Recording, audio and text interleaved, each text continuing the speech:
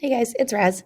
So today's video is going to focus on just a couple of concepts. I find with a lot of these earth sciencey sort of topics, they're definitely difficult to understand, and they all build off each other. So we're going to try to do this in small increments. So today we're going to cover 4.7, which is solar radiation and earth seasons.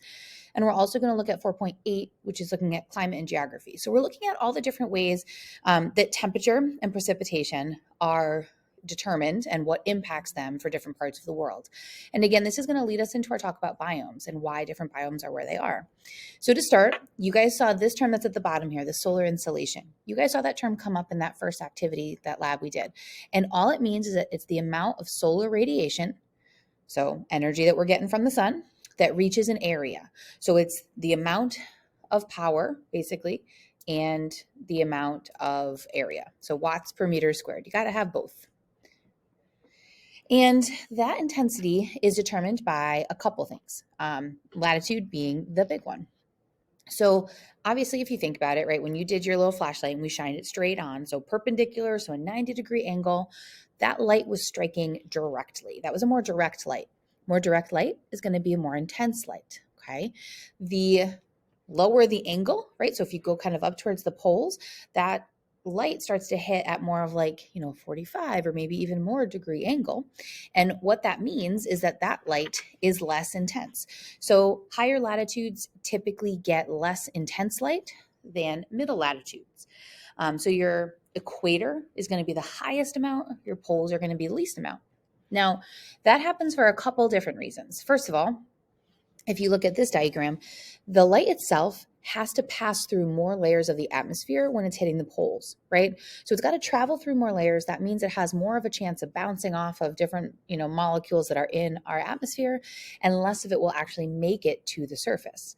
The other part of it is the surface area that light covers, right? So we're getting a fixed amount of light in from the sun. If it's hitting in a very concentrated circle, that's going to be more intense light. So, right, when you're shining it direct light on, less surface area is being covered. The poles, it's kind of more diffused, it's more spread out, so it's less intense, right? Think about if you were making a Nutella sandwich. Yum, right? And I had a certain amount of Nutella to use. And I was making a sandwich on like regular size bread. I'd spread it out, I'd have a, good Nutella sandwich. Let's say I gave you the same amount of Nutella and I'd have you make a sandwich on like a Subway foot-long size roll, right? You'd have to spread that out a lot thinner. You'd have less Nutella taste. Same idea with sun. Side note, Nutella is made with lots of palm oil. Probably best to avoid that for environmental reasons. We'll talk about that later. All right. So this is just showing you the wattages. I'm skipping that. All right. So the other thing to note is that solar intensity will change based on the seasons, and that this is actually what causes the seasons. So a lot of people will think that the reason we get different seasons is that the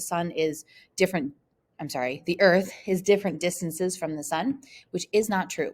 It is true that Earth's orbit is elliptical and that at times we are closer or further from the sun. That's not happening on a yearly cycle. Those little changes in Earth's orbit are things that influence like ice ages and warm spells like back in Earth's history. Those are much larger scale. Seasons are just because the Earth is tilted on its axis, right? And think about it. I'm going to go with us in the Northern Hemisphere. We are a little bit north of that Tropic of Cancer, right? So anywhere kind of Tropic of Cancer north is going to see pretty distinct seasons. We see summer because we're tilted at the sun. If we're tilted towards the sun, two things happen. Number one, we get more daytime hours, right? Number two, the sunlight, we're tilted towards it. It's more direct in the summer for us. Okay. Now that tilt stays the same as the earth moves around. It's really hard to see that in the video, but like as it moves around, that tilt doesn't change, right? So in December, we're on the other side. We are tilted away. So we get less sunlight, and the light that we do get is less direct. So it's less intense. So temperatures are going to drop in the winter months. Now, on the equinoxes, right, it's kind of an equal tilt. That one is, where the sun's here and we're there. Can't even tell this in the video. Anyways, you get that tilt, and it's not really affecting the seasons. The other thing to note, right, is I'm referring to June as summer and December as winter for us here in the Northern Hemisphere, but notice the Southern Hemisphere. It's the opposite, right? In June, they're tilted away. That means that it's winter for them in June. December, they're tilted towards. It means it's summer for them in December, right? So it's flip-flopped based on that tilt. Okay. And that's why we have seasons. This is more of it. You can look at this on your own if you need to, kind of a summary of everything I just said on that previous slide. All right, the other thing we looked at in that lab was albedo. So albedo is the portion of light that's reflected back to space, right? Higher albedo means that more light is reflected back out into space, less is absorbed. So light surfaces have a higher albedo, right? In this case, it's showing us like snow and ice, a 90%. That would show up as 0.9 if we were looking at albedo rates. That means only 10% of that energy is being absorbed. So that surface is going to not change temperature too much.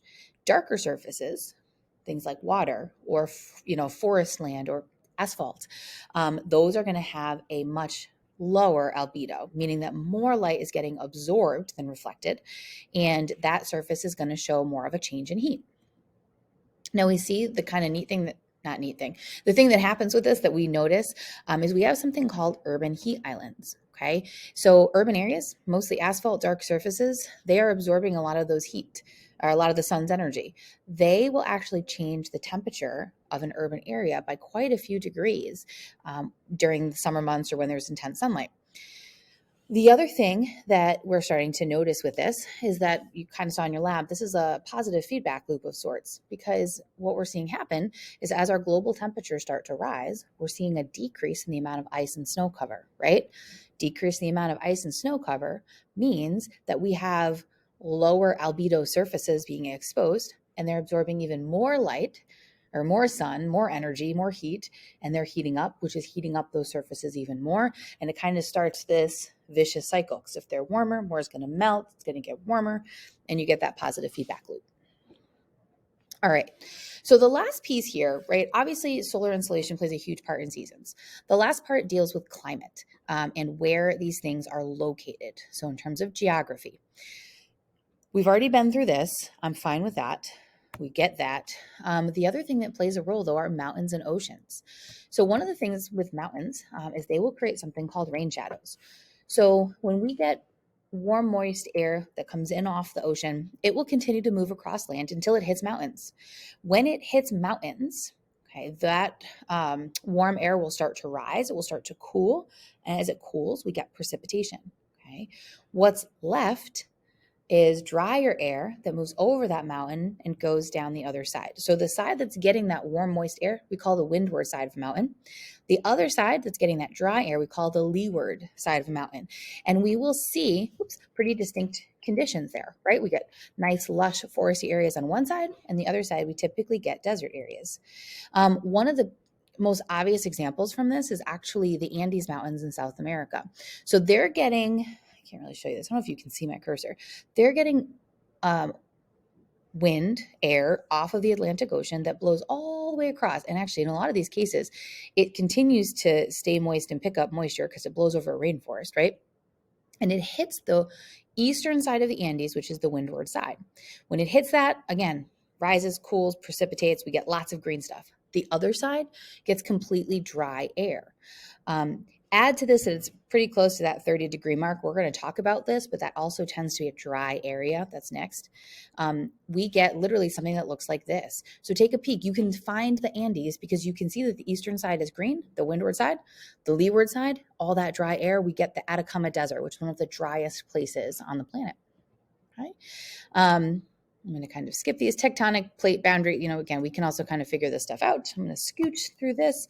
And your practice FRQ that you're doing for this is to actually look at Mexico and Central America and to see if you can figure out what regional precipitation pattern you'd expect there based on the fact, again, that they're getting the winds. You can kind of see where the winds are coming from and take a guess. Well, an educated guess. All right. I will be back for the next part of this. In the meantime, happy learning. See you soon.